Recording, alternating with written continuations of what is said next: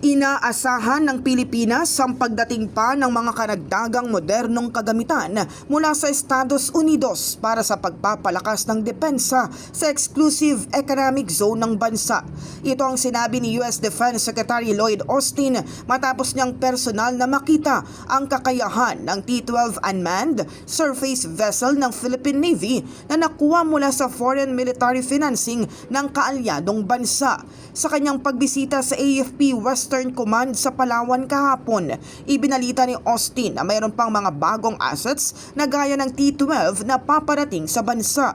Nauna nang na-turn over sa Philippine Navy ang unmanned surface vessel na magsisilbing gamit sa pagmonitor ng karagatang nakapalibot sa bansa. T-12 is one of several unmanned capabilities funded and delivered this year through U.S. security assistance. We expect to see many more platforms like this delivered with $500 million in foreign military financing that I announced during my visit to the Philippines in July. Nauna nang nangako ng $500 million na military aid ang US na sinigurong hindi mababalam sa pag-upo ni President-elect Donald Trump.